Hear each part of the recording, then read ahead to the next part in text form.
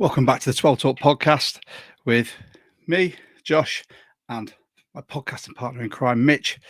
Two very tired men after being in London, hoping the Jags would win against the Rams, but that's a completely different story. We've got a fantastic special guest tonight. As you can see, it's a crossover episode. We've got Bryce Coutts from the Hawkseye podcast. He's returning. We love having Bryce on, and we're going to have a fantastic talk about this hard-fought win against the Texans. Before we get into it, I think we should hit this intro and then we can bring Bryce in as soon as possible. What do you think, Mitch? Yeah, let's do it. Nice.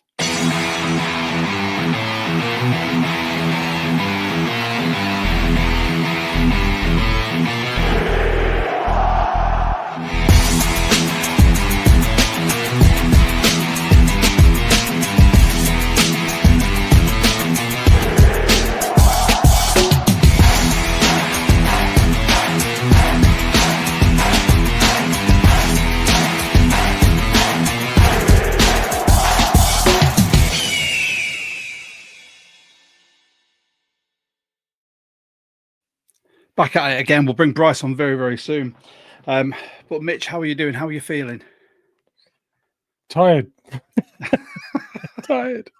No, I'm feeling good, actually. I feel really happy with the trip we've just come back from. I think there's a huge amount of pride attached to the way that the NFL community is growing in the UK, and it was beautiful to be there in person with you and some of our fans from the pod and the UK Seahawkers and the German Seahawkers. It was a pretty special day, actually, that I really, really cherished. So yeah, feeling really good. And speaking of which, here you go. Some of the people that were with us. So that was our UK Seahawker, German Seahawker mashup there. So we've got Jonas, Mark. Who else have we got there? Well, me, you, Martin Offrey, Martin's Seamus Doody as well. Yeah, it was absolutely brilliant. Just hanging out with everyone, speaking to NFL fans from different teams, as you can see from the lads there in the bottom corner. That was when we were at the Green Man. We spent most of the evening outside just talking to them about football and desperately convincing the gentleman that was in the Baltimore Ravens jersey to switch allegiances to the Seahawks. Hopefully successfully. You never know. But before we bring Bryce in, so we have a sponsor for the show, which is Flying V Sports Vintage Clothing. You can go and check them out. The link is below on our video. If you use our code 12Talk, you will also get 20% off your order. Not bad at all. So, shall we, without further ado, bring on Bryce? Because we love having on our pod. Obviously, Bryce is sharing this with his followers as well. And I just can't wait to get into this game. Shall we do it? Let's do it. Let's do it. And Bryce, how are you doing, sir? I'm doing okay, guys. How are you? Haven't been on for a while, but I'm glad to be on here talking Hawks with you guys. But last night was interesting, wasn't it? Yeah, I can't wait to sort of to chew this up with you, because I mean we held a watch party where everyone was sort of in our Discord chatting, and I was supposed to be up because it was a 3 a.m. kickoff here. However, I fell asleep so quickly that I didn't set an alarm, and I woke up at 6 o'clock to the sound of my daughter playing and was like, no. But luckily, I've had the day off today, so I've watched the whole game, and obviously I know we're all going to talk about it. We've got, for anyone who is new to the pod, thanks for joining. So we like to just have a quick talk about the game, how we felt about it. We're then going to go through our highlights, because everyone has the highlights you'll see on YouTube, but as fans and for Bryce as a coach, he will probably spot things that other people may not have done. And then we come to my personal favorite segment, winners and losers. And after that, we'll get on to some of your comments as well. So, Bryce, what was your overall feeling after that game, apart from frustration?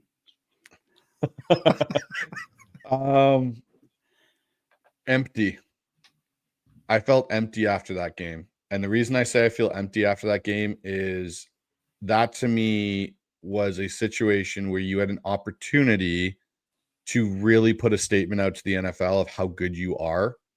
And we haven't seen a full game yet from the Seattle Seahawks, in my opinion, where we see special teams, offense, and defense all clicking at the same time, all playing at that elite level that we have seen sporadically throughout the season. So for me, it just leaves me kind of feeling empty. Like, yeah, I'm really happy they won. Defense played amazing. Special teams had a few blunders here with the blocked field goal and some iffy punt coverage coverage. And then the offense just looked like the wheels kind of came off there in the second half with it after the last couple minutes in that first half. Yeah, I mean, we'll talk about the three phases things. I think that's going to be a hot topic for a lot of people. Mitch, how did you feel after? Well, at, what was it, 5:30, 6 a.m. this morning? Apart from tired, how did you feel after that game? I got into bed at 6:15 this morning. I was very lucky to have the day off. I felt like there was a lack of ruthlessness. I think when we went in at half time, I remember looking at it and thinking we should have more points on the board at this point. Like, what? How and why have we allowed this to still be a contended game at half time? This should be out of sight.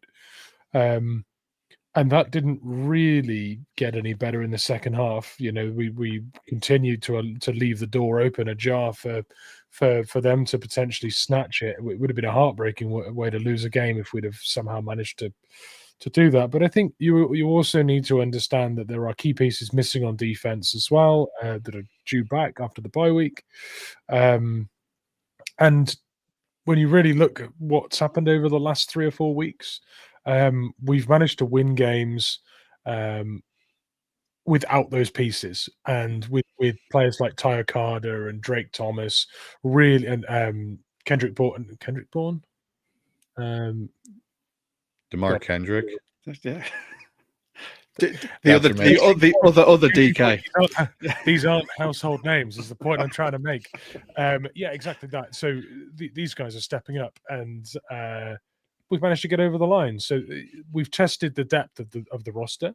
I'd very much like to get back to the starting players on the roster after the bye week. But yeah, at least we've learned a lot about this roster over the last 4 weeks. So yeah, a bit of that in there as well. I mean, I as much as I understand what you two say, for me, from a sports coaching point of view, even though we didn't put everything together, to be able to beat a team like the Texans, and this isn't the dumpster fire Texans from a few seasons ago, to be able to beat them in a less than convincing fashion, but still come away with a win, in the words of Vin Diesel, a win's a win. You know? Did he say that? Was it by whether it's by an inch or a mile? Winning's winning. You know, that's what I took from it. If we can have those lapses on offense, defense, special teams, and still come away with a win, I'm not ecstatic, but I'm happy that we can grind it out and still come up with the W. So, with our general making thoughts, of a championship team, isn't it? Sorry, I was just going to add that. Just you look at the Chiefs last year. I know they didn't end up winning the Super Bowl, but didn't they go 17-0, looking like garbage last year? What was it? They had a great record, but they performed very, very badly and looked way off it. You know, sometimes you need to just find a way to get there. That shows the grit and the intangibles that aren't necessarily on the stat sheet. You know, it shows the mentality. So yeah, there's a bit of that weaved in there as well.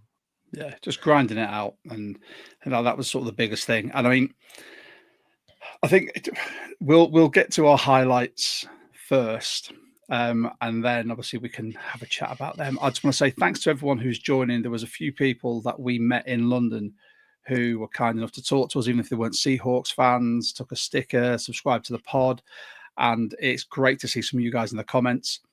But I really want to get to these highlights because obviously Bryce has sent me his, Mitch has sent me his, I've got my own, and I think there's a lot to be discussed for these. So, shall we start with our highlights?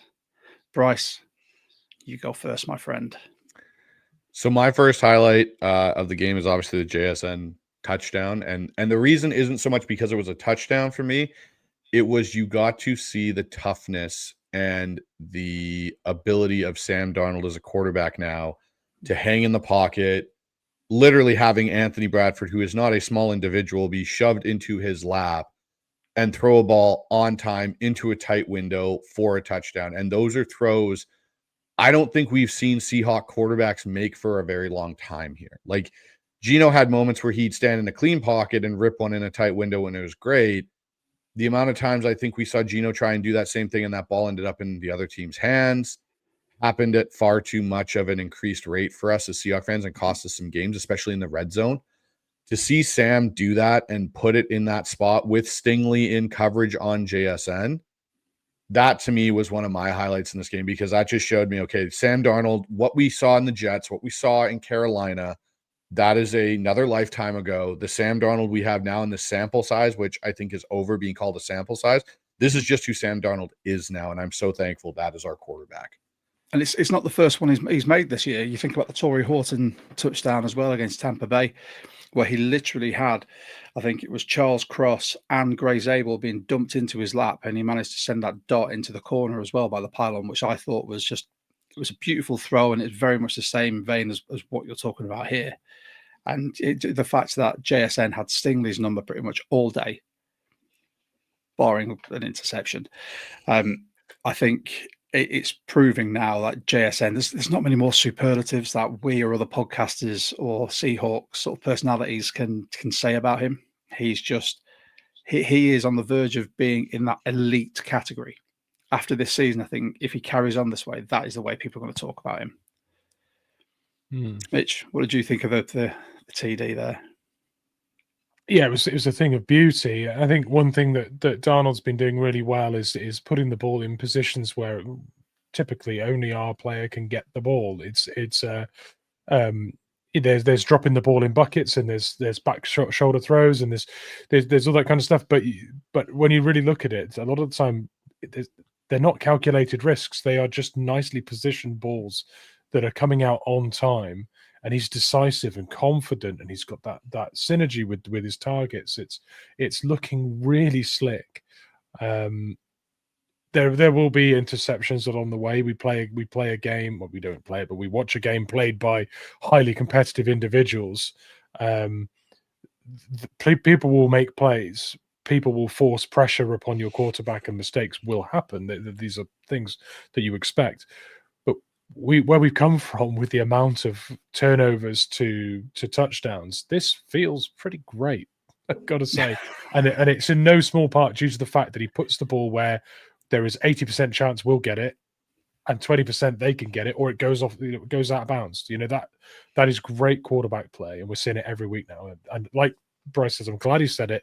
This is no longer a sample size of good Darnold versus bad Darnold.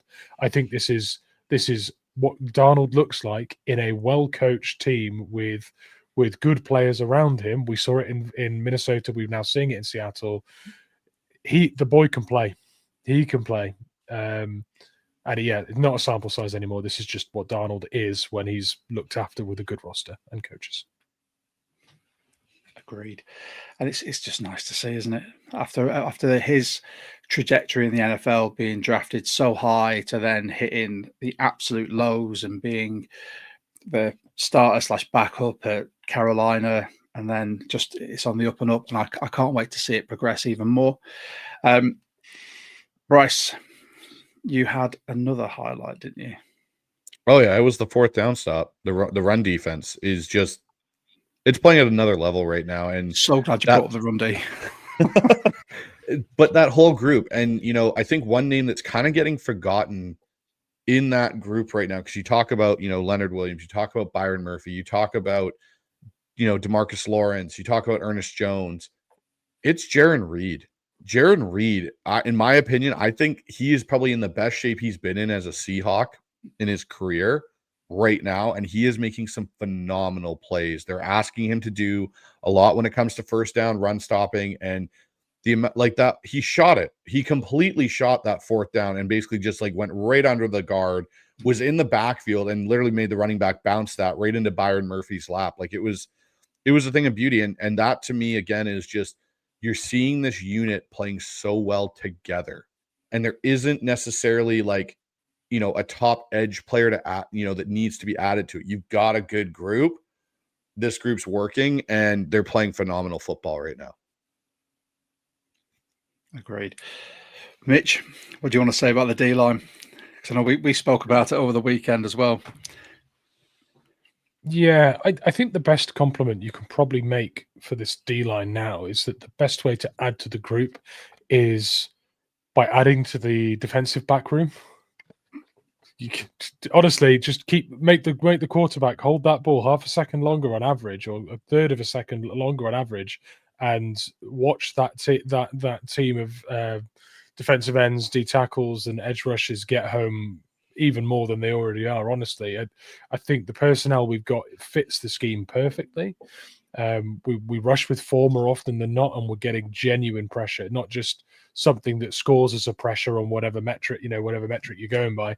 This is genuine pressure that is forcing mistakes out of quarterbacks now, and we're seeing that pressure get home in sacks. Was it 11 sacks over 2 games now? 7 and then 4. That's good. Whilst predominantly rushing 4 instead of blitzing with more. Predominantly rushing 4. I mean, last game, the game before this, we threw in a lot more blitz packages, I think. I don't think we did. So this game was a little bit less heavy on the blitz packages, wasn't it? But again, back to rushing 4 and consistently getting pressure. We do need to add a corner to that, but yeah, the run defense was superb. We're putting up a lot of pressure. We're getting home.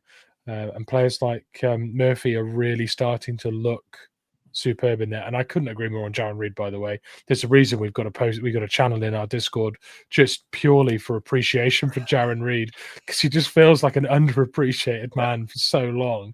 We just have a channel in Discord where as soon as he does something, everyone's just in there with GIFs and memes and pictures and it's great. So yeah, love the shout out for Joe Reed in there too. Yeah, I think the D-line itself it was much maligned before because our run stuffing ability was non-existent. We were getting gashed by the run for years, and it seems one of those things that we could never quite get our head around. Mike Macdonald has come in with the addition of people like Big Cat, who I know everyone is saying Defensive Player of the Year, but let's face it, they base that all on stats and sacks, basically. If you're watching every Seahawks game like we are, you know how effective he has been within this D-line. Adding people like DeMarcus Lawrence, Jay Reed's in there, Byron Murphy now being able to kick out to 3-tech as well. And then you throw in your Hall, your Marfay as well. Jared Ivey got some game time as well yesterday. It's a nice rotation, and the fact we can cause so much pressure by rushing 4 and then being able to stop the run like we have, I think it's just a testament to how Mike Mac has got this team playing and how he's coaching them up. And I absolutely love to see it, because I think just there needs to be more props thrown at the big boys anyway, because as every coach will tell you, it starts up front. And with us at the front of that, in that D-line, it's basically what's made us this year defensively. So yeah, I love that, Bryce. Just mentioning Jarran Reed and just the 4th down run stuff in, it's just the whole thing perfect. Mitch, did you have a highlight, my friend? Yeah, it's not so much. This may not be something that people have picked out of the game. I was watching like a text commentary while watching the game last night, and one thing that really struck me, I don't know, I mean, Bryce will probably be able to tell me, but something that struck me was there was a hat trick of 3 and outs for Stroud, where all 3 downs were incomplete passes. And I don't know how often I've seen that, like to go 3 and out, throwing, and not making a single connection. Well, within there were some pretty terrible drops. I will say that there was a couple that were awful. But I think that for me was a highlight. We were getting off the field really, really well. The defense were outstanding, flying around, hitting. There's a tackle in there, actually, I need to give props to from Drake was it Drake Thomas? The one at the goal line where he just shot up the gut and just stopped it dead. Yeah. So yeah, I think that's my highlight. The fact that we've managed to, with the beaten up DB room, stop a player like CJ Stroud connecting a single pass on 3 sets of passing downs. It's miraculous. Love that. Quick super chat here from Robert as well, just talking about the D-line from earlier. Just impressed with the D-line, but we need to take care of the ball. Don't worry, Robert, we'll be coming to that. I think that is on everyone's list. We will be showing your comments as we go through here as well. But yeah, I mean, Bryce, what were your thoughts on Mitch's highlight there? I think that's where you see this Mike's simulation and pressure. He did bring more blitz this game. Like, there was the Ty Okada sack where he blitzed Drake Thomas and Ty Okada, and the running back had to pick one, and he made the right choice. Like, take the most inside guy. That's what running backs are taught in pass pro, the most immediate threat. But there was no one to pick up Ty Okada because of how Boy Mafe pulled the tackle out and just left this huge lane for Okada to go in. And so that's where you're seeing like the quick 3 and out and stuff that you're seeing when especially when 3 incompletions in a row, Mitch, to your point, is Stroud was getting very much affected of paranoia pressure, as I call it with my quarterbacks, where you start seeing your own jerseys getting closer to you, even though it may still be a clean pocket, and it speeds up your processing. And yes, there were some drops in there, but that was also because you had really good coverage a lot of the night through that secondary. That's where I look at this defense and I go, okay, you're now starting and you're getting this with backups. You're not getting this with Julian Love in there or Witherspoon in there. Like, you're getting this with Ty Okada in there. You're getting this with, some of the other guys in there, whether it be Kendrick or whoever. You're now starting to see the effects of pressure equals coverage. And that's something we haven't seen in Seattle. It's not like, we all love this where it's like, hey, it's 3rd down and Seattle was going to send 4 guys and they were going to play off coverage and they were going to sit in their cover 3 and they were going to hope that their players are good enough to get the ball and make a play on the ball, rather than, no, we're going to go force the offense into a mistake. That's the difference in our defense now. Yeah, love it. Yeah, I mean, my highlight isn't going to be as optimistic as you guys, because we don't just like to highlight the fantastic Seahawks play. There's also a couple of bits that I like to highlight. And I'm not going to mention tackling, Mitch. You'll be very, very happy to know. But anyone who's watched our pod as a rugby coach, it is my biggest bugbear, and I'm not going to talk about it today. I promise it. That is all you're getting. My highlight or low light is the Darnold fumble in the end zone. And so Charles Cross, I wouldn't say dubious of when we first drafted him. I think last season he really started to come along. This season he's been playing absolutely brilliant. However, it shows the difference in a left tackle that could have gone where he was. It was sort of a toss-up between him and a few other tackles. And then you have an out-and-out stud edge in someone like Will Anderson Jr., who just bullied him there. And I wanted to ask you this as well, Bryce. So from my point of view, so we were on our 4, I think it was. And I'm still trying to work out why Darnold took what was essentially a 5-step drop to try and extend a play. I didn't know if it was 5 or 7 in the end, and I thought, why haven't you just thrown that away? Why are you not playing? Because I think I'm pretty sure he was in the shotgun as well. Uh-huh.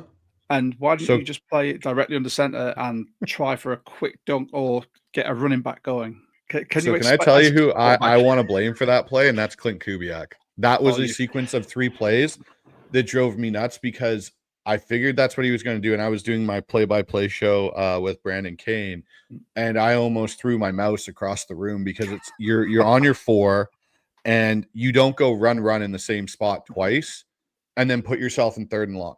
That should have been, okay, we got 3 yards. Okay, now we're going to try a play action pass. We're going to get it out quick into the flats to Arroyo or Barner, our tight ends that seemingly go missing for 3/4 of a football game in this offense. And then we're in 3rd and manageable, 3rd and 3, and we can run it again. If we don't get anything, we've given ourselves even a good area to punt out of and play the field position game. No, instead we're going to go run. We're going to be 3rd and long, and then you're going to ask Sam Darnold to drop back in a full pass set. You get a horrible chip from Zach Charbonnet as the running back going to the flat. And then you have another chip from Barner on a hook on the other side, and they're covered immediately, and everything else is a vertical shot. So there's nowhere for Sam to go with the ball. So Sam, in that situation, you put Charles Cross and Abe Lucas against Danielle Hunter and Will Anderson. And this is the thing for me where I get so frustrated with Kubiak. There is a 12th now defender in that play, which is the back end zone line. There's nowhere for Sam to get out backwards. So the D linemen rushing and the edges, when they're good, know that and know how much they can collapse a tackle in on the pocket because there's nowhere for the quarterback to get out from. He's stuck with the back line. He's going to run out the back of the end zone. That was a horrible sequence of plays by Clint Kubiak. Like absolutely novice level. You set your quarterback up, you set your O-line up and the team up for failure there. And it drove me absolutely nuts. So to your point, Josh, yes, Cross got bullied, but he got set up for failure to be bullied by Will Anderson, by Clint Kubiak. It just baffled me because I was watching it and I had to rewind it a couple of times just to make sure I was seeing what I was seeing. And to your point where you said there was 12 defenders there because you've got the back of the end zone. And when you ask him to take that drop, when he sees his tackles collapsing in, the only thing he could do is potentially run into his center or one of the guards. That would be it. And it was such a horrible sequence for me just to watch that. For everything Darnold's done really well, to put him in a position like that and ask for magic against, let's not beat around the bush, 2 elite edge rushers. If I had a mouse in my hand, I probably would have thrown it then. Well, and the thing for me too is there's nowhere for him to throw that ball away. He can't get out of the pocket to throw it away. There's no back or tight end that he can throw it at the feet of because that pocket is now collapsed. So Sam doesn't have an option. And if he is in the end zone and throws it away and there's no one there and it's an intentional grounding, you're giving up a safety because it's now a penalty in the end zone. But then again, a safety would have been better than what we did give away. In hindsight, sure, but you should never have been in that situation to begin with, Josh. I agree completely. And this is where, so when we do our highlights, this is why I don't just want to highlight all the great plays, because I think there's enough content creators out there that just go, the Seahawks are amazing. Whereas if you're realistic with it and you can pick this apart, then yeah. There you go, Patrick. Thank you, Bryce. You can't paint your QB in a corner like that completely. And it's one way as well to get someone who's playing so well to start questioning what you're calling and what he's doing. You know, keep being efficient, just use common sense. Don't get too tricky. And I think we're probably going to talk about a tricky play very shortly as well. But yeah, that for me just baffled me. Mitch, what did you think of that sequence of play? Yeah, it was a bit of a head scratcher, honestly. It did feel like we kind of self-inflicted that a bit. And somehow, the threat of, I mean, when you're calling those plays, you think there's probably a chance we give away a safety here. Well, no, we gave it away an awful lot more. So not only was it self-inflicted, we also managed to catastrophize the whole thing and dream up a way to hurt ourselves even more.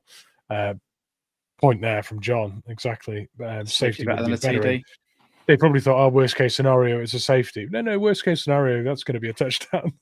So yeah, no, I think Bryce is absolutely right. It was self-inflicted, and it's easy to look at the QB and think that ball should have been hurled away, but the conditions need to be right for you to do that too, and they weren't. So, and they weren't because of the situation that we drew up ourselves.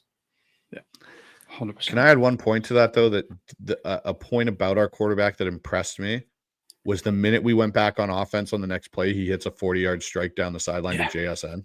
Yeah, it's gone. It's good. That's the thing that I love. Yeah, exactly. The goldfish memory on Darnold. Yeah. For an elite player, that's exactly what you need.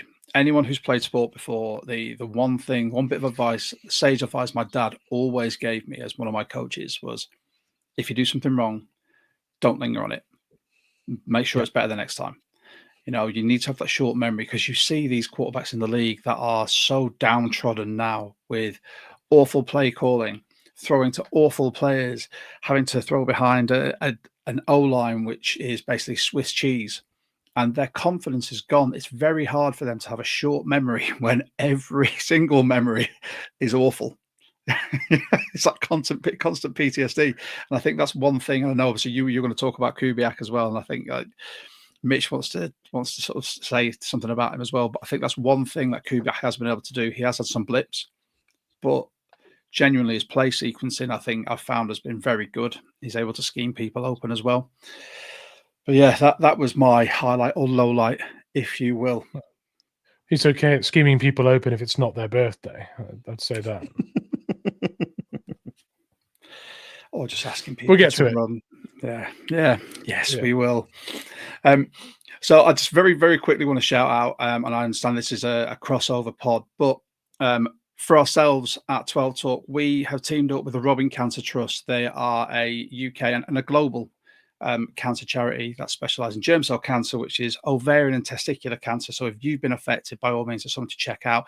The month of November, they're doing what they call their Big Ballsy Run, where you can run or walk 10K, 50K, or 100K, and you can win one of these lovely medals with a giant set of testicles on them. Now, if you're going to hang something from your mantle, hang a medal like that. If you want to join that, by all means, you can scan the QR code there, or the link is down below in our video. And we, as a pod, have designed some T-shirts that we are selling during the Discord, and we can discuss how that happens. 25% of any profits are given straight to the RCT. So they help them with their life-saving sort of research and their campaigns as well. So I just wanted to give them a very quick shout out as we were here. Right. So my personal favourite part of the pod, because we try and be happy-go-lucky scamps here, we don't like pointing out things that go wrong very often, although I just did. But this is winners and losers. And for anyone who's new to the 12 Talk pod and this format, we will pick Bryce as our guest, even though it's a crossover. You'll have 3 winners and a loser. Although Bryce sent me more than one loser. Sorry, we Josh. can go through them. That's okay.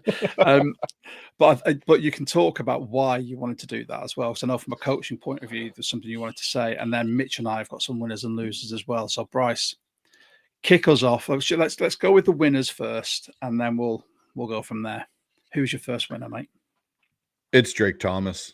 We have a weak side linebacker, and I think now you're seeing what a complementary weak side linebacker that can cover, can run fit, is smart as well, and not taking a shot at Tyree Snyder or anything, but I just think you're seeing a guy that, because he has physical limitations, where I think even Tyree Snyder may be a better physical athlete than Drake Thomas, you see it made up in other places, like him to the point of Mitch on that goal line sequence, shooting that run gap so cleanly. Oh, there was a point, I think it was one of the first 3rd and shorts the Texans had. He comes flying in and blows up the fullback and kills the run play for Woody Marks dead in the backfield. Like, there was nowhere for him to go.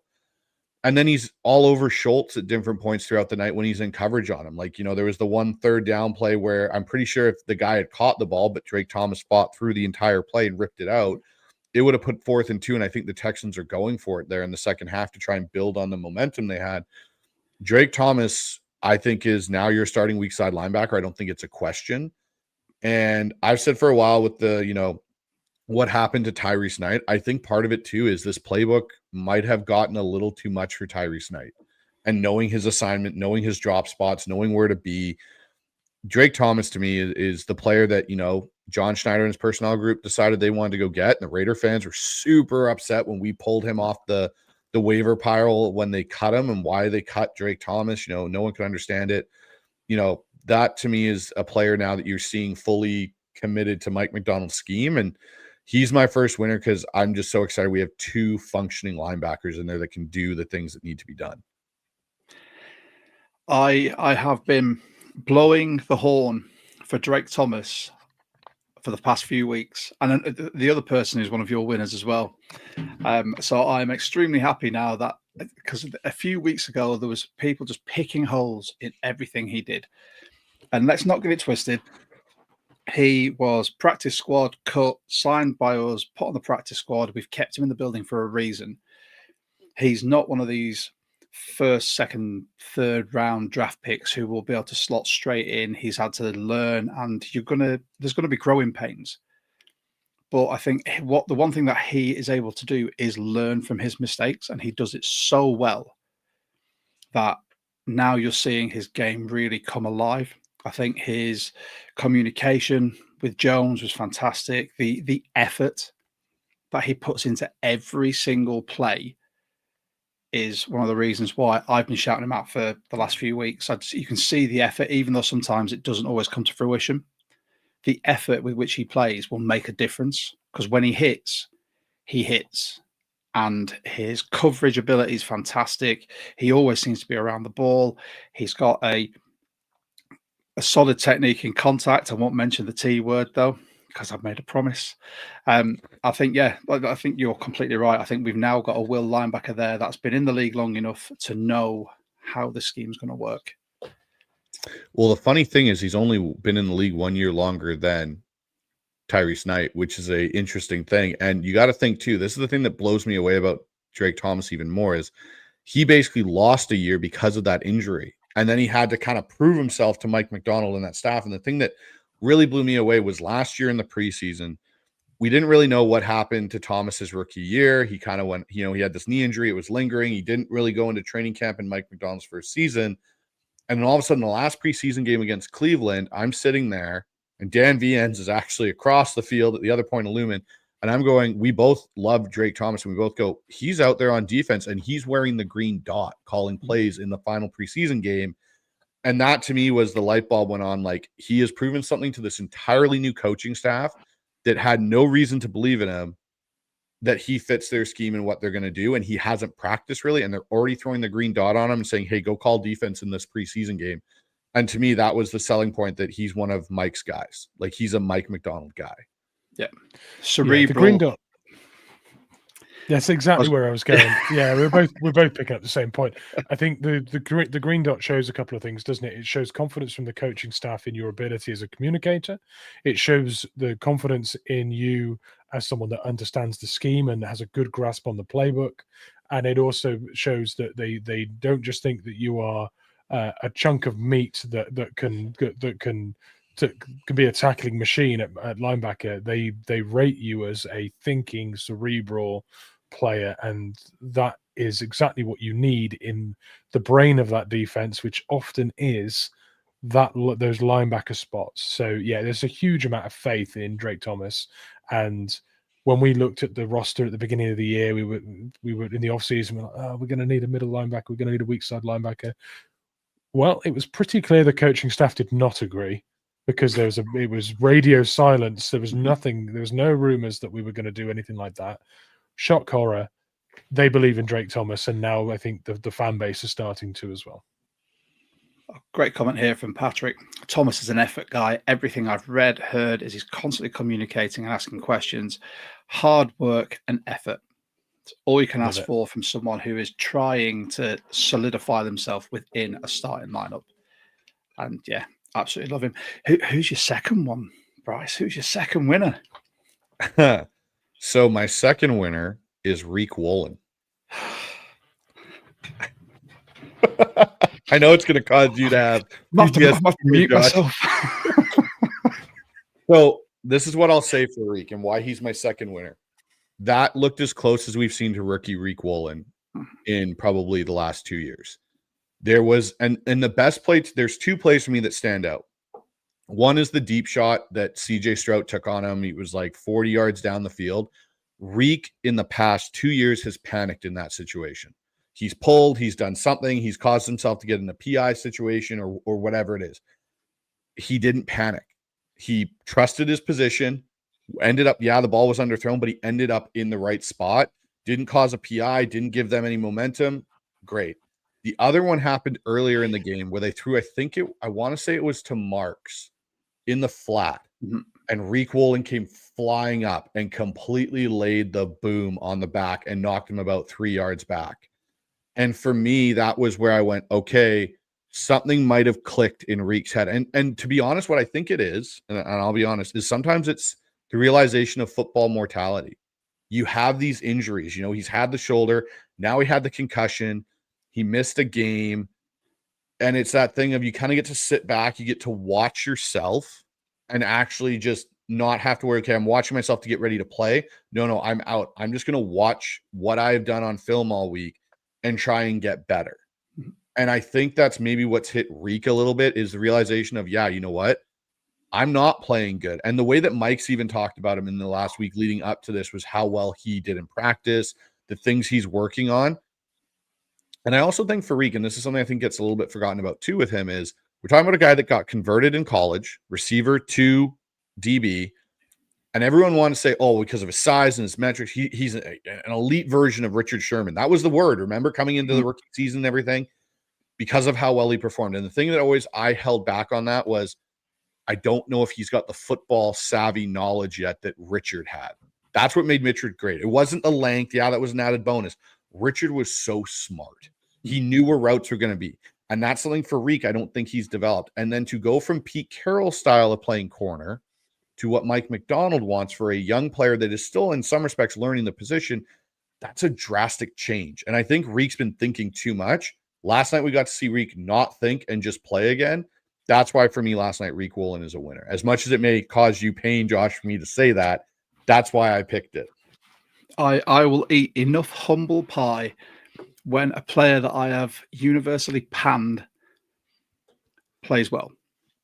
And I will say last night, this morning when I watched it, I was quietly impressed with Riq. He seems like you said about sporting sort of your career, your mortality there as a sportsman. As a sportsman, a contact sport, you have the shortest career in pretty much anything, and for him, based on how he was playing, the fact that he's had those injuries, he's probably gone away and looked and gone, if I keep playing like this, I'm going to end up as a backup cornerback somewhere and potentially out of the league within 5 years. And if he has finally put it together that he needs to turn his head at the right moment. There you go. Amy put a lovely comment up about that. He needs to actually play with some physicality and violence, which that was the first thing I noticed, that big hit that you were just talking about, the fact that he came in and historically you've seen him allow people run at him, which anyone who's had to, be in a contact situation with anyone knows that is not the way forward. You meet them head on. But he didn't slow down when he reached the point of contact. He ran through the contact as well, which really laid the boom. And that was a statement of intent. That means it's hits like that mean, wide receivers, tight ends aren't going to run or catch the ball near you for fear. And that's what he's been missing. If he can carry on with that, I will hold my hands up and say, maybe I was wrong. I wasn't wrong at the time because of how he was playing, but maybe I was wrong about my projection for him if he can make those, put it all together and make it better. Mitch, go on. How do you feel about Riq from this game?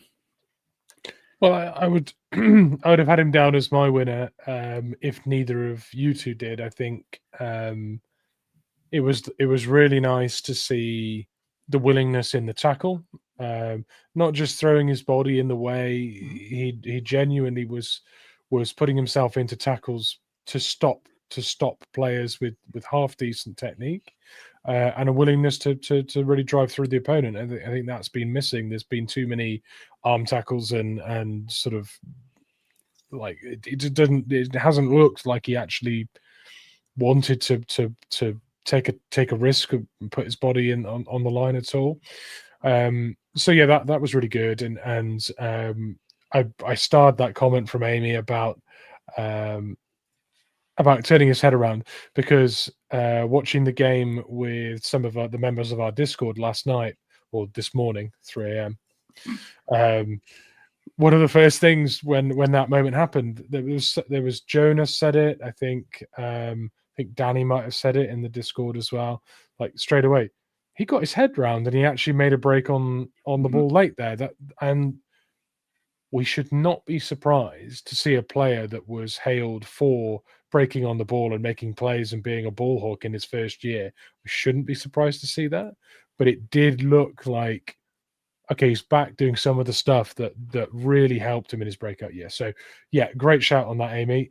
We all agreed with you last night in the Discord. And yeah, he would have been my winner if he wasn't already taken.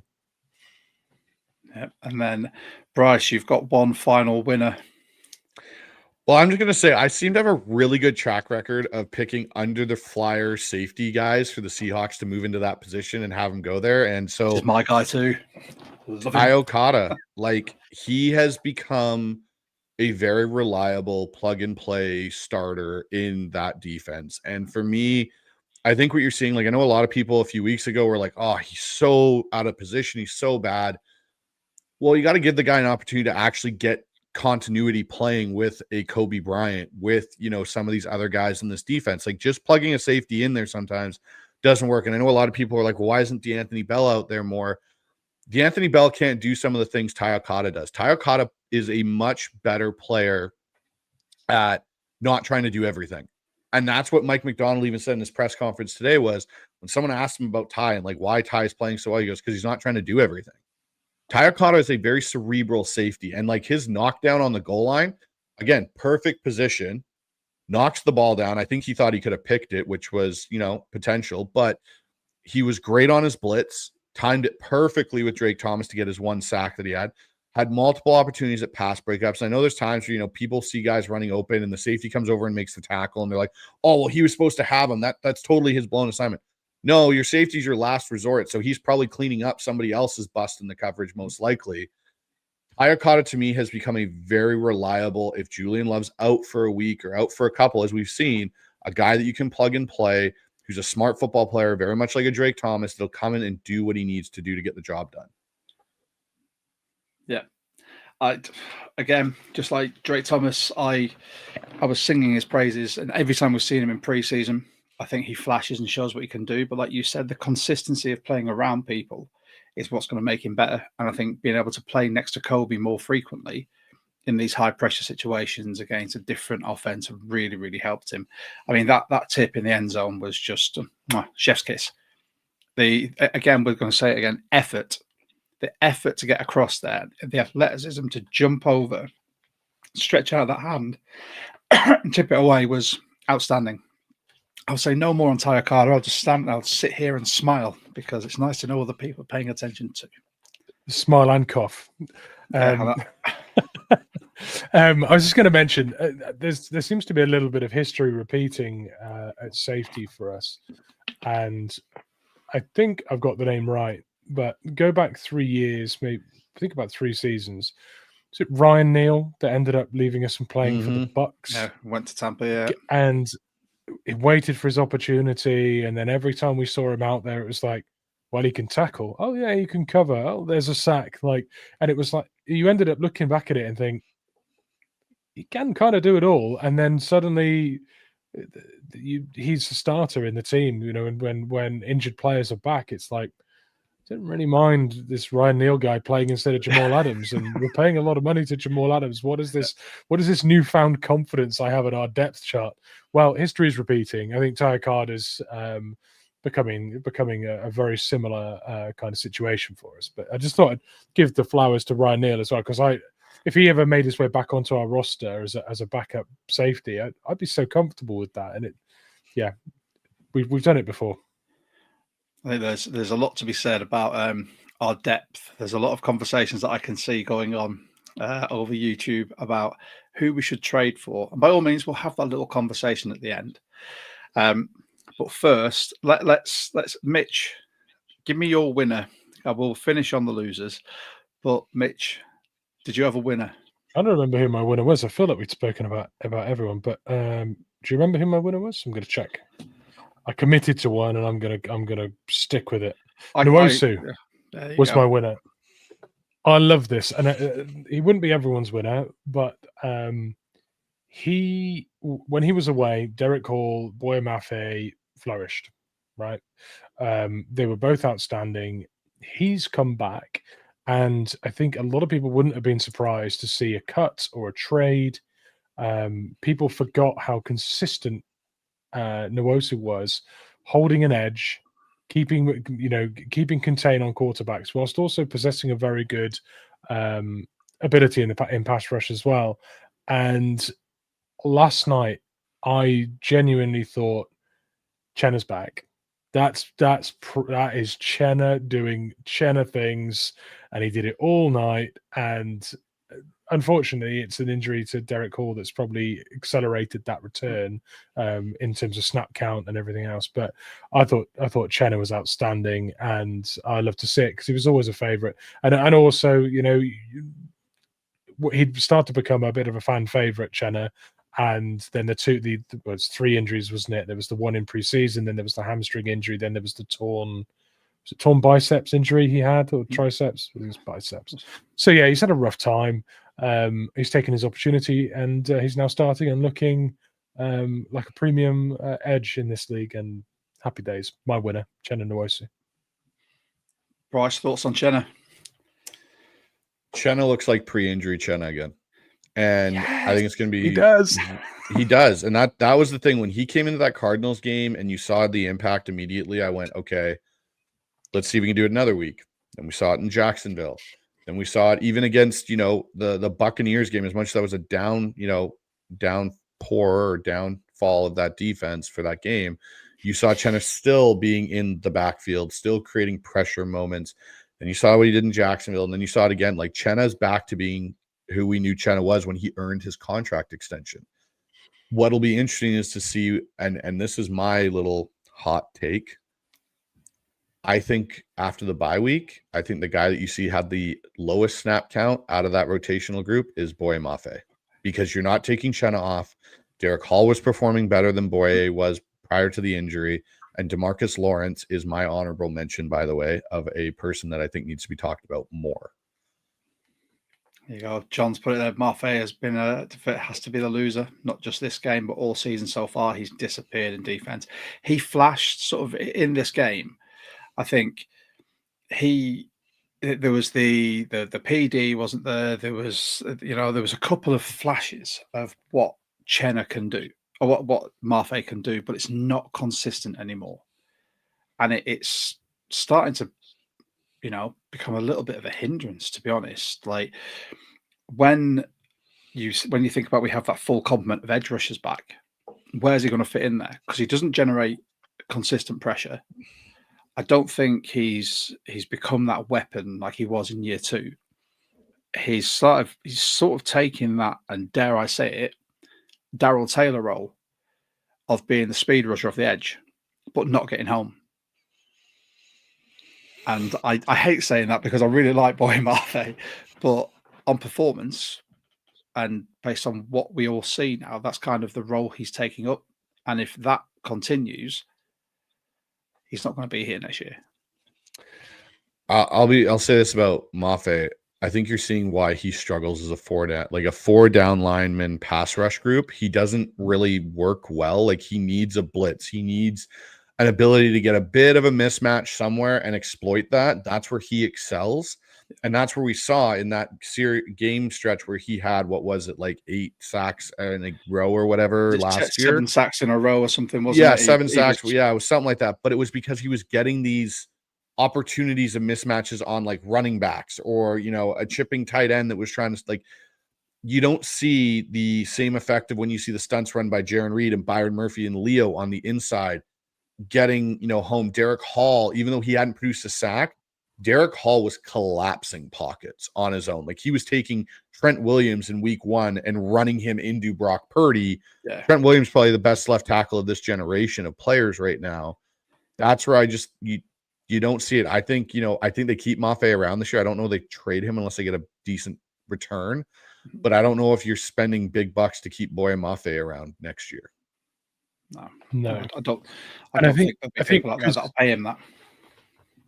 Yeah, I agree with that. And I think also when you consider that he probably does okay in free agency next year and you end up picking up a comp pick, you're better off seeing out his rookie deal and picking up that compensatory pick if he gets paid enough. I think edge rushers, I think also he'll be a fit for another team. I think it's not great with us rushing 4. He's not someone that you want to necessarily have repeatedly up against a tackle. I think, like Bryce said, when you're sending a lot of bodies, he can pick up a mismatch and beat them and get pressure. When you're sending 4, you need to be able to consistently eat double teams or put a tackle on an island and beat them with a solid repertoire of pass rush moves. and be able to sequence it to keep them guessing. He's not. When he gets washed out in that pass rush, and the last few weeks we've been dialing up some blitzes, and he still is not getting home. So I think Mafe's time is probably done. I don't think the extension is going to be there. Someone in the league will pay him more than we're going to offer, and if we get a comp pick, happy days. Do you want my winner? Yeah. I have mentioned this man multiple times in my winners column. It's Zach Charbonnet. And we've had comments already that I've seen coming in about Ken Walker, and I'll get onto him in the latter part of this section. But Zach Charbonnet as a goal line back, fantastic. He has a thing that we call in rugby, just keeping your legs pumping. And that's all he does. He will hit any contact and he will just keep churning his legs, fighting for extras. He runs to his assignment. He doesn't try and ad-lib and go round the back and circumvent everyone and end up losing himself 4 yards. I mean, 12 carries, 49 yards, average of 4.1. K9, 17 carries for 66 yards. But that's only because he broke off, 2 big ones? Before that, I need to double check, but I can guarantee that was definitely sort of hovering around the 30 mark. And you've got to think that's off sort of 15 carries, which is so highly ineffective. Zach Charbonnet for this, and Bryce, we've said this already, like between the two of us. I do genuinely see him as the running back you need in this scheme. I understand the 1-2 punch of, having someone that could possibly break it away and do all that stuff. But you'd never see it with Zach Charbonnet. If he gets the ball, if he hits the line of scrimmage, he's going to at least fall forward. I do not have that same confidence in our other running back. So my winner, Zach Charbonnet. Go on, Bryce. I can see the. Oh. I know people want to say who's the better back, and Sharbs is better than K9 or K9's better than Sharbs. The thing I will say, and this is just, I think it's very interesting the style of runs they call for each individual back, what the personnel looking is in that group, the amount of times you see Charbonnet running. Like, I think Charbonnet is a better inside the 10-yard running back than K9. 100%. He's the guy you want sniffing around the goal line. However, when we're between the 30s, there's things that K9 does well that Charbonnet doesn't. And I know a lot of people are going to say, oh, he dances too much, or he does. Well, go back, and if you have the ability, you can't see it on the TV copy nearly as well as when you watch linemen completely whiff on their blocks in a zone scheme. And if there is the one thing, and this will be in my losers section, so I'm not going to say it yet, there is a key component to running zone scheme football. And if you don't have it right and you're losing that battle consistently in your run game, it affects everything. And that's the thing I'm looking at. And it happens to Charbonnet too, like especially when we run toss with Charbonnet, which never makes sense to me. It happens to him because the zone blocking scheme is still there and present, and it falls apart. And that's where I look at this is something they have to really go into evaluation over this bye week and figure out, because there are things that K9 does well. When K9 runs straight downhill and you give him a gap power scheme and he goes north-south, he pops out these runs because he hits the hole so damn fast. But the minute he feels kind of like what I talked about with CJ Stroud and that paranoia pressure, the minute that falls apart at any point for him in the zone, it's like PTSD running behind Shane Waldron's offensive lines or Ryan Grubb's offensive lines. And he gets all jittery and he starts to become this, jumping cricket in the backfield instead of just hitting it up there and getting there. And Charbonnet does possess that, but I don't think Charbonnet is a better back than K9. I think it's more of, what are they asking the O-line to block? What are the defensive fronts they're running into?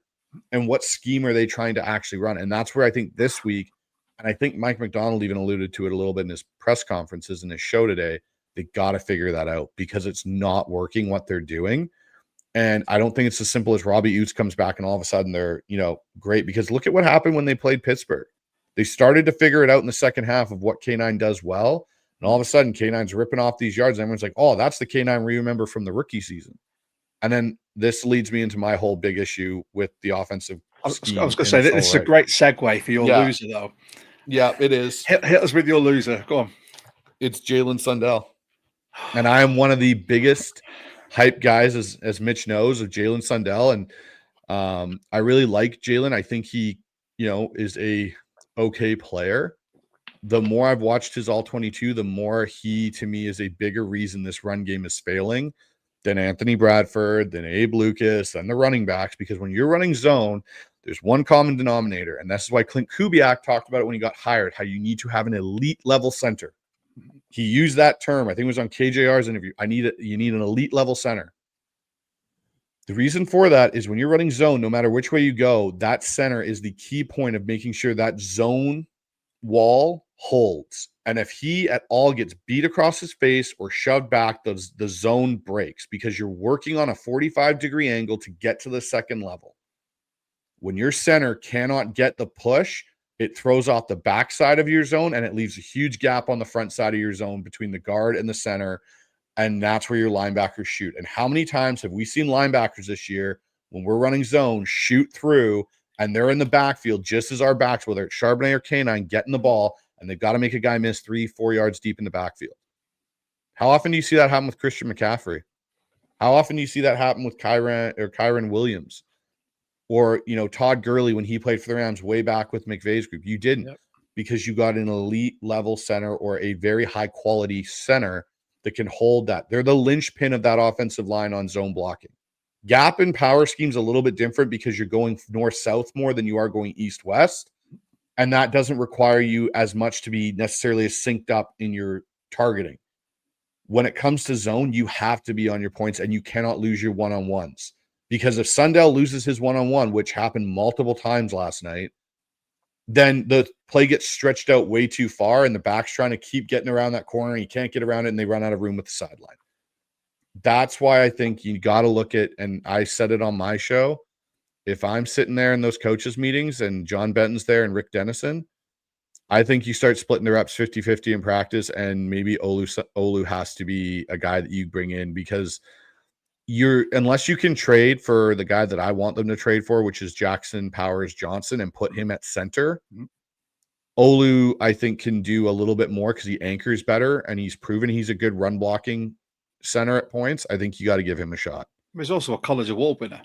And this was my thing. Obviously, we had this conversation, I think, before the season in one of our shows where we were talking about. I've always been a big fan of Olu. I think he's a really stout and intelligent player, and you used that word as well. So before we went on air, he's a very stout center. He anchors that line from the middle so well. He doesn't get beaten very often. The only issue that they're going to have with him is he as mobile as Sundell? Answer is no, but then that's something you can work on. Mobility and speed are things that can be coached. That's why you've got your strength and conditioning people there. And if that is the case, I completely agree with you. I think it needs to be a matter of having a look at them. And obviously with everything that people say about Bradford as well, that then gives you the option to have Sundell at right guard. But then is he going to be big enough to play there? He's very athletic, but will he get bullied? We've seen Bradford, who's an absolute bear of a man, get absolutely mauled at times. He just gets bullied. He looks like he's moonwalking back into Sam Darnold sometimes. And if Sundell's there, it could be even worse, because all it's going to take is him to come up against, one of the bigger D linemen, and he's going to get bullied at right guard. So I think there's things that they're going to have to look at by the bye week. We've got time now to evaluate and see what we can do better, especially if we are looking now actively at how we can get that run game going. I think that's one of the key components for this, to take us down the stretch for the rest of the season. We need to have two running backs running for more than 115 yards between them. Yeah, and the thing is, I think you'll see your center, especially in the zone, has a direct effect on your guard play.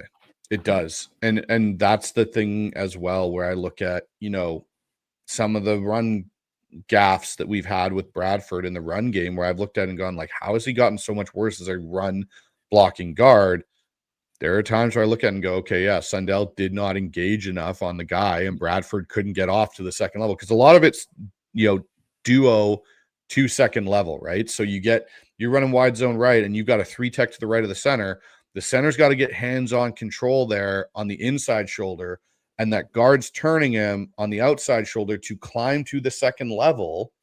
and let that center get full control. There's times where that just breaks down between Sundell and Bradford. And a lot of the times because Sundell's not getting across face. Yeah, Mitch, I know you're a fan of Sundell. Any thoughts, sir? I'm equally a fan of Olu, though. I mean, any centre that comes out of college with the Remington Award and the Outland Award is a highly respected player, and by peers, by coaches, across different college conferences as well. Just there's a lot of love for Olu coming into the league. We've relied on him at times as a starter. That's looked good. It's also looked bad. Sometimes when you make mistakes, losing your job and going back to the training ground and working on it, talking it out with your coaches, being coachable and receptive, it's the best thing you can do, because you get the taste of what it's like to suit up and be a starter on game day. That feeds the hunger and stokes the flames. To then miss out and lose your job to someone else, and then potentially have the chance to come back in, that again stokes the flames. So at some point you need to get the player back in the lineup and just get him to show you, what have you learned? How good are you now in this scheme? How well do you get the concepts? Show us what you're made of. He needs this is one thing I'll point to in just the Jekyll and Hyde of our running game. First half, Zach Charbonnet, 6 carries, 39 yards, 1 rushing touchdown. Ken Walker, 7 carries, 10 yards. Second half, Charbonnet, 6 carries, 10 yards, 1 rushing touchdown. Ken Walker, 10 carries, 56 yards. That is completely Jekyll and Hyde. Yeah. And that's where I'm saying I don't think there is necessarily a better back, a best back. Get rid of one for the other. Like, give Charbonnet 35 carries and give Ken 2 touches in the game. There's things that they're doing schematically that are wrong, that are not amplifying the usage of these 2 backs. Look like they kind of figured it out at a point, and now they've kind of reverted back, and that just leads me to my whole freaking issue I've got with one individual, which I think may have been Mitch's loser. Do you remember who your loser was? Nice segue. However, I just want to very quickly do this. Oh, isn't that just a lovely thing? Way to go. Really, there's been a bit of love actually, and here's a nice plug as well for the Discord. Amy, in response, yes, 100%. Anyone that's here, maybe you usually watch Bryce's show and you want to see more of us. Well, our Discord, Bryce is in there. Other guests we've had on in the past are in there. Everyone's involved in the conversations there, all the different subjects, college football, the NFL, around the league, Seahawks related stuff, the draft, game day conversations. Read Appreciation Channel. The J Reed Appreciation Channel, just about everything you could think of is in there. Come and join those chats. There's a lot of great stuff in there, and the community in there is second to none. It is a great group. You can catch all of Bryce's updates, and his podcast is shared in the channel there as well. So you can catch all of our stuff there. So thank you, Amy, for that. Lovely little plug there, mate. Well done. Yeah. Now, who's your loser? Come on.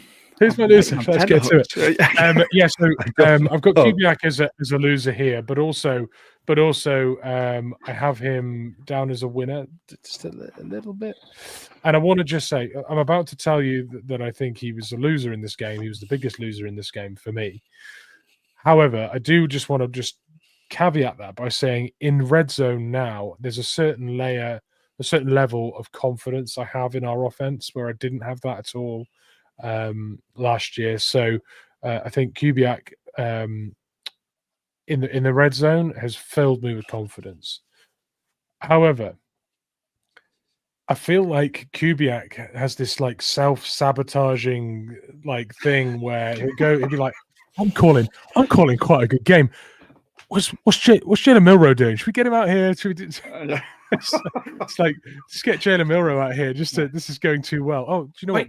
Cooper Kupp, can you throw? Cooper Kupp, yeah. Have you thrown a ball before? Never had a reception. Never thrown a pass in the league before.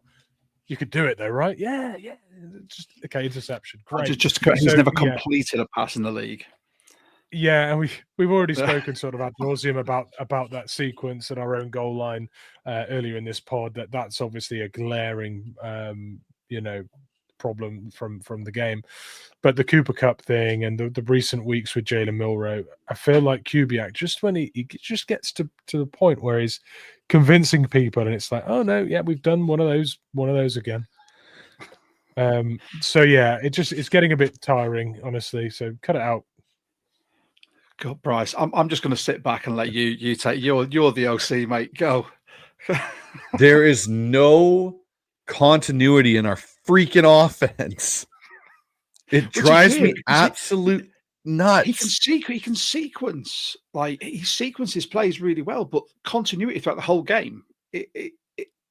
Go, carry on. Sorry, I feel the same. It's like, okay, like I'm actually going to do a show with Dan Viens in our Hawk Labs about how many times Clint Kubiak has bleeped up a drive by doing something absolutely moronic.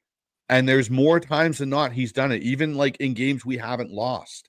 He has done something where it's like, so outside of the Cooper Cup play, for example, okay, anytime we do these ridiculous trick plays, hey, you know what we're going to do, guys?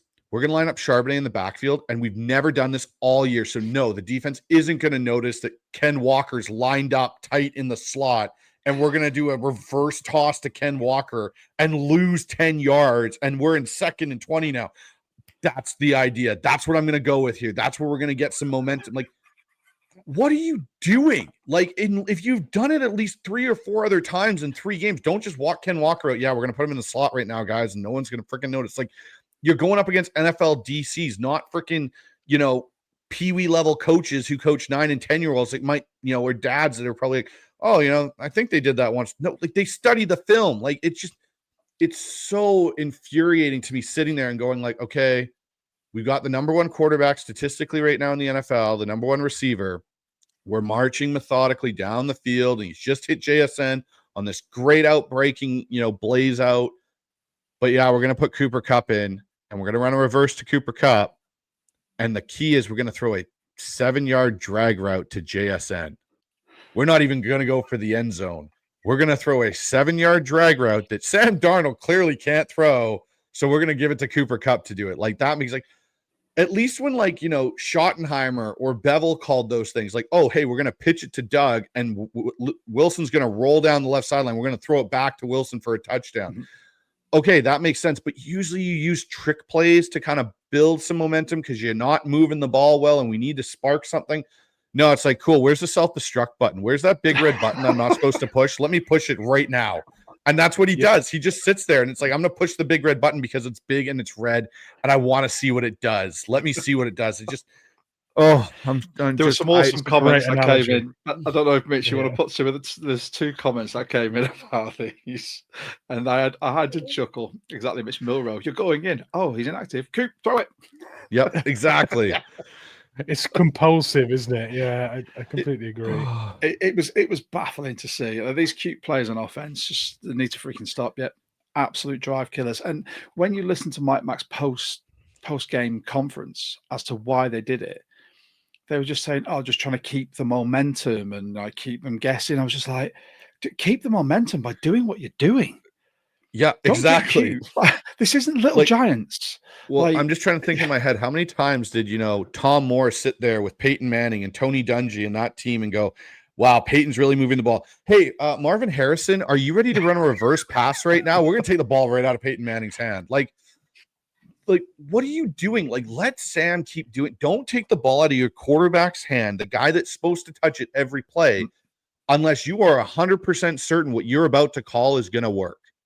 Because you need to have set that up throughout the game. What in at all did they set up for Cooper Cup to run a reverse pass? Coop had 1 catch the entire game at that point on a great design, which is a over and up route off a play action. You never once ran him in the backfield. It's like us running these jet motions with JSN. We've never given JSN a jet this year. Like, why are we running jet motion? They're not moving. Like, it's not doing anything. Maybe you should give it to him once. And that might get teams to actually go that way. Like, do you notice when we shift our tight ends, they move? Okay, that's how you got Charbonnet in the second end zone because you moved Arroyo across the whole linebacking core from the Texans went one way, and then you ran it to the left, and it worked great. That's how you set something up because you're doing something consistently, and then you go and run the counter off it. Like, it's just I swear, Clint Kubiak's like, if I do super good at this, someone's going to give me a head coaching interview, and I'm terrified of that. So how do I hit the self-destruct as quickly as possible? It's the same principle as like we mentioned just there with the Milrow packages, and I'm like, it would work potentially if you let him throw, but every time he comes on, it's a keeper, and people literally just zero go, oh, Milrow's in, okay, everyone just blitz straight for quarterback. It doesn't matter. They also don't run a formation they ever run any other time, Josh. So like every time Milrow goes in, it's this wonky. It was like the weird punt formation they came out in last night. Like it was like, okay, so you're trying to make them believe that you're gonna have Stoll line up on an angle to snap it to Jake Bobo, and then Dixon's going out at like, and Tyreek, like it's a little too much theatrics there for that to be a believable play. I mean, the only thing that I find solace in is Mitch and I have said that this is a 3-year rebuild. So in order for us to be true competitors, it's going to take till next year.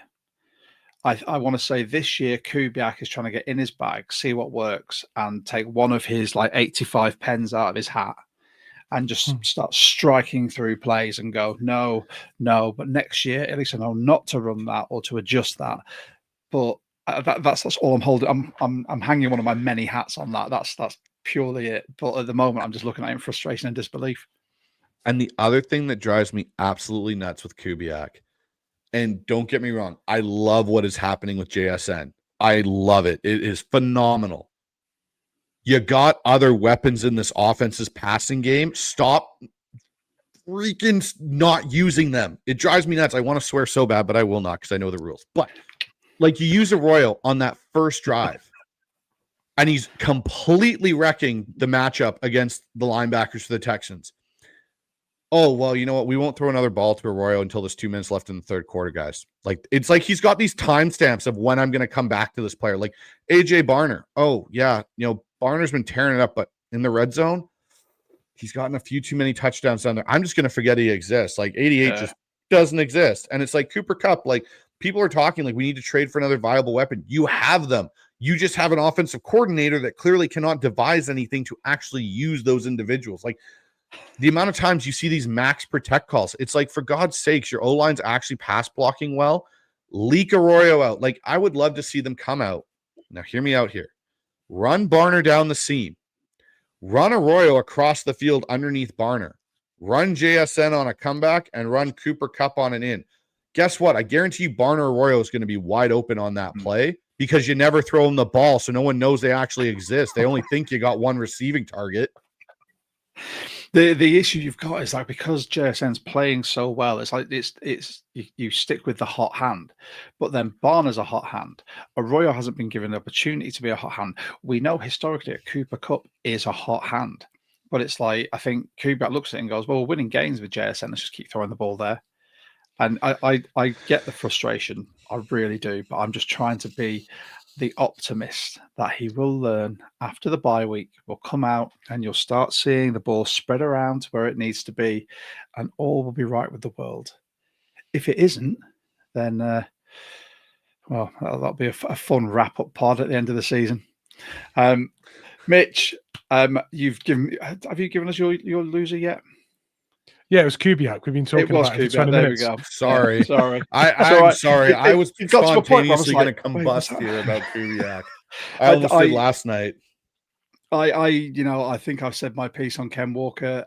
He was going to be my loser, but Bryce, as Bryce very often does in a very eloquent and salient manner, has made me reconsider it. So I will stick with the Kubiak thing as well. Now, we have got 100 odd of you guys watching, and we really, really appreciate it. If you are new to our channel, hello, welcome. If you're watching us through Bryce's channel, welcome again. By all means, you can like and subscribe to ourselves, like and subscribe to Bryce's if you're not already. You can join our Discord. It is completely free. You will talk to 12s from all over the world. We're currently collecting them like Infinity Stones. We got a new nationality as well over the weekend, didn't we, Mitch? Dutch. I think we've got a Dutch Seahawker who's joining. So it's Germany, Gibraltar, England, Wales, Scotland, Canada. We'll see with Bryce, the US. We'll just keep going more and more. But by all means, everything, and if you guys want to come over, join us, we absolutely love it. And as some of you may know, we are the UK Seahawkers official podcast. There you go. For the gentleman who said that they love the UK Seahawkers flag, they're not currently available, but we may try and get them available. If you want to become a UK Seahawker, you can. It's £12. I'm not sure what that is with a conversion rate now for individual membership, or £20 for family up to 4. £5 per membership if you're outside the UK, because you get some goodies. You get access to social events, game day field passes. You get the goodies, which I'll show you very shortly as well, and 10% off at the Seattle Pro Shop. These are the goodies we got this year. Coasters, 21-year anniversary patch, your name card or membership card, and our wristband, and you can join these happy-go-lucky scamps here. This was at our meetup in Glasgow, and we're just waiting for the other one, and that is the flag that was mentioned earlier. I've got one, absolutely love it. Didn't take it with me to London because I was carrying pockets full of stickers and patches and everything else, and I've still got some left over that I had to save for people. But yeah, usually we do our Discord member musings, but whenever Bryce is on the show, there are always so many that I have to do the whole copy paste onto a presentation. And we thought, you know what we'll do this time is we'll just go through some of your comments. And Mitch, I know you've been starring them as we've been going. Are there any comments or questions that have come through that we can have a crack at? An awful lot of directed questions. Oh, there was one about Maffei actually, about whether he'd be traded but we have kind of covered that. I think we all unanimously agree that he probably stays on the roster, but his time's done. I don't think he's getting extended. So we did have that question. There's this one here about, so we mentioned Jackson Powers-Johnson. Yeah. And firstly, Jonas has asked a question. Bryce, what would you imagine the Raiders want for JPJ? Good question. 2 years in, right? 2 years in, and 2 different seasons at 2 different positions, right? He played center as a rookie, which I thought he was one of the better young up-and-coming rookie centers in the league, and I was thinking, wow, the Raiders really got a steal. And then for some reason, Pete Carroll does what he tends to do with offensive linemen and decides to completely change their position and sticks him at right guard. And you heard all offseason, even on Max Crosby's podcast, Jackson Powers-Johnson was super excited. He's like, yeah, I can't wait to be center. Introduce himself to Ashton Genty. Hey, man, I'm your center. Don't worry, I got you. And then lines up at right guard. And then Pete gets asked about it. And Pete goes, yeah, no, he's going to stay at right guard. Like, that's where we're putting him. And it's just kind of like, I have friends that are diehard Raider fans that just cannot wrap their head around what is going on. It depends, I think, on what the plan is for the Raiders going forward into 2026. If Pete's sticking around, I think you might be able to get Jackson Powers-Johnson at a lesser value than if Pete's gone and the next, group looks at him, or even the ownership group looks at him and goes, no, he's like going to be a cornerstone of our offense. We're sticking him back at center. We're going to build around him and Colton Miller. So if Pete's sticking around, I think you could give, a 4th or a 5th, and maybe Maffei or, a player in that trade, very much like Patrick put there. Yep. I think you could do that and get Jackson Powers-Johnson. And maybe it might not even have to be Maffei. You may be able to throw, and I dare say, is if you maybe bump that to a 4th and it potentially has the opportunity of being a decent 4th, you may be able to throw like a Christian Haynes back and they can fill their guard spot. And you might be like, I know it sounds crazy to people because he hasn't played enough, but he might help them by, trade a guard for a guard and add a pick, and the Raiders get a pick to help their rebuild. But you then get, in my opinion, a true center for this scheme. Yeah, Bradford's still there, and you can still address that through the draft, but getting JPJ as your center, I think you'd see an immediate increase in the run production on the Seattle Seahawks offensive line. Why not trade for JPJ and then put him at right guard? That seems good. We could replace Bradford with JPJ, right? We could do that. He'd love that. Just put Sundell there. We got 2 North Dakota states. I'd cry too. We had one here from Martin. Bryce, do you think our O-line play has actually improved, or is Darnold doing a better job of masking the flaws? So I think there has been improvement, yes. But I think the biggest thing you're seeing, and it's something I talked about all offseason about this scheme, play action and slightly moving the pocket helps your O-line by re-establishing where the pocket is and doesn't allow a D-line to tee off on you. That's where we got into trouble last year because of the lack of the play action, and it was always drop back. D linemen can pinpoint where that quarterback's roughly going to be and collapse the pocket. However, when we're booting and we're sliding and we're coming out of play action and we're running the ball with enough consistency of just calling run plays, D linemen cannot tee off. They have to hesitate for that half-second check. Is it a run? Okay, now I got to continue with my rush. That's what's making the O-line see this vast improvement. And I think you are seeing some improvement. I think next year you'll see even more improvement in pure drop back situations. Yeah. Okay. Can I just say, Martin, as well? I love your little your logo there. Leave me not into temptation. Oh, who am I kidding? Follow me. I know a shortcut. Yeah, I mean, I think the JPJ talk would be amazing, but again, whether it's Gino or Pete that the Raiders keep, I think they've got to look at JPJ. And like you said, he's a cornerstone there. You know, when he was a Duck, he was fantastic as well. I really wanted him for us. But it depends what Pete's going to do. Is he going to keep tinkering? Is he going to try to do something else? Are they going to try to bring another coach in? Yeah, who knows? But I mean, there's been so many comments that it's very hard to keep track of. And I really, really appreciate everyone joining in because it's always great when we get to do these crossover pods with Bryce at the Hawk's Eye. We've been doing crossover pods with Bryce in some way, shape, or form since the inception of our pod, really. And this has been brilliant. Before we do go, for anyone who's following through our channel who may not have seen you, Bryce, where can people find you? Yeah, I'm on YouTube at the Hawk's Eye Podcast. So you can find me there. You can find me on Spotify and on Twitter at the Seahawks Eye. And it's all kind of there at the lower part. There you go, right there. Perfect. Thank you, sir. But yeah, so that's where you guys can find my stuff. Got a couple cool shows. Got a live show Wednesday night with Michael Thompson from Field Goals and Dan Vians. Call it Seahawks Aftermath. We'll kind of break down this game and then what we're looking for this team to fix in the bye. Got a Hawks Film Lab where I do all 22 breakdowns, and then we'll have Corbin Smith on this week to kind of get his take on where this team's at going into the bye. So a couple cool guests, couple cool shows coming out. But yeah, if you want to jump on over there and sub up, feel free. Awesome. And obviously you can catch Bryce in our Discord as well. If you want to join the Discord, the link is down below on our video, and it's also in the comments that Mitch has popped in there. And if you want, by all means, like and subscribe to our show as well. We are a growing community. We're the UK Seahawks official podcast, and we love what we're doing and just connecting with 12s all over the world. And we get to have awesome conversations with people like Bryce as well. I've really enjoyed this. I am still absolutely shattered from the weekend. Not as tired as some other UK Seahawkers and European Seahawkers who stayed up to watch this game. Because as Jonas put very kindly, I'm finally awake because I completely missed my alarm. Oh, well, never mind. I'll catch the next one. We've got the bye week coming up, so I know Bryce is going to have some things coming up. We'll have something coming out as well. Hopefully, we'll get Bryce and maybe someone else to come on and talk about it.